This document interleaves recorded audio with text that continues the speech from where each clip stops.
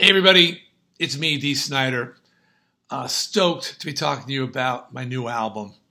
And for those of you sitting there freeze framing this thing, I'll save you the trouble. You're seeing the reflection of the computer screen in there, and when I turn my head, you can see that I do not live in the Carpathian Mountains, that I'm actually currently in California by the water. And it's sunny out, and I have not burst into flames.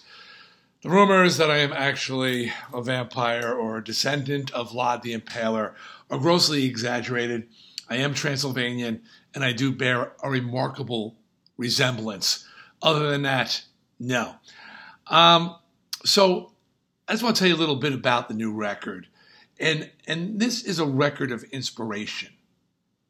Everything about it is inspiration. It's inspired.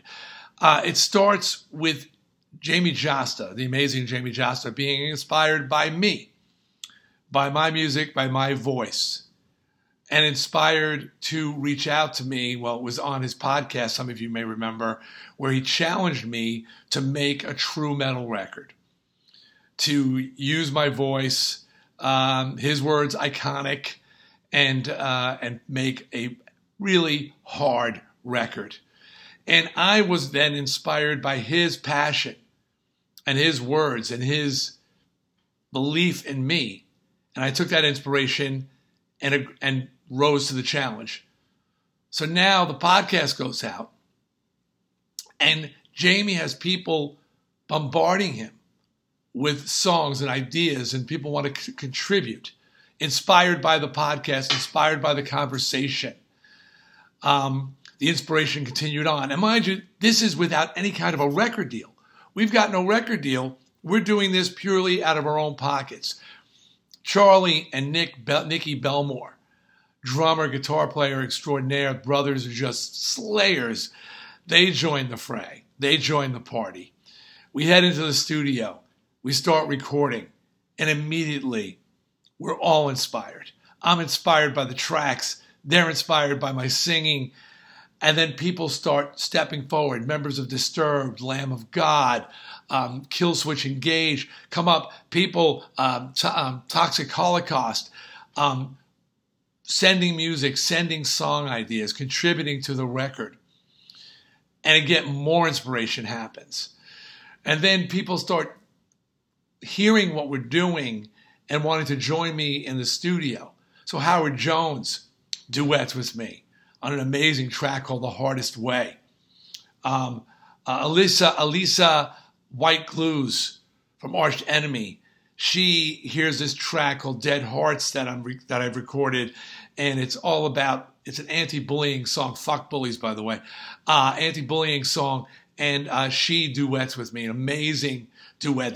That song, by the way, is like the Close My Eyes Forever of this millennium. Okay, when you hear it, it's awesome.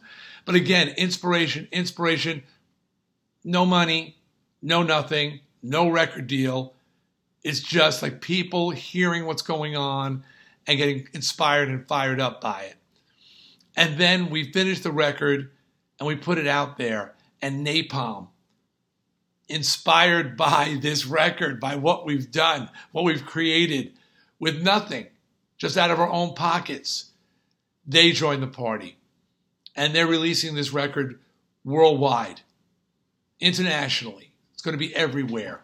And a huge push, huge support, huge commitment to, it's a weird phrase, reintroducing Dee Snider to the metal community, because you all know me. You all know my legacy. But now, for the first time in decades, since I think the Widowmaker days of the early 90s, I've got mid-90s, I've got new contemporary metal. And in coming up with a name for this record, there was only one name. Jamey thought of it, and I said, that's the name, man, For the Love of Metal.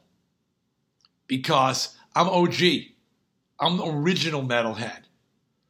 First Blue Cheer record, first Mountain record, first Zeppelin album. This is when they come out. First Zeppelin album, first Sabbath album, first Grand Funk album, when they come out. I helped destroy the Woodstock Nation. Prior to the birth of heavy metal, and it wasn't even called metal back then, it was called hard rock. Prior to that, everybody loved everything. Peace, love, music. Me and my buddies, we were swinging a damn sledgehammer, destroying the Woodstock Nation. We didn't like that shit. Fuck Richie Havens. Fuck Country Joe and the Fish. Fuck that Crosby, Stills and Nash. Make it fucking hard. And we did. We embraced it. We loved metal before it was metal. And all the people involved on this record, Howard and Alissa and Jamey and Nikki and everybody else, love metal. So when Jamey came forward and Napalm and said, dude, we got to call this For the Love of Metal. And even we got a song on there called For the Love of Metal. And I was like, abso-fucking-lutely. So I hope you love it and enjoy it and appreciate the spirit of it, because it's as genuine as it comes. I can't emphasize this enough. It wasn't for money. It wasn't for anything other than for the love of metal. You got to check it out.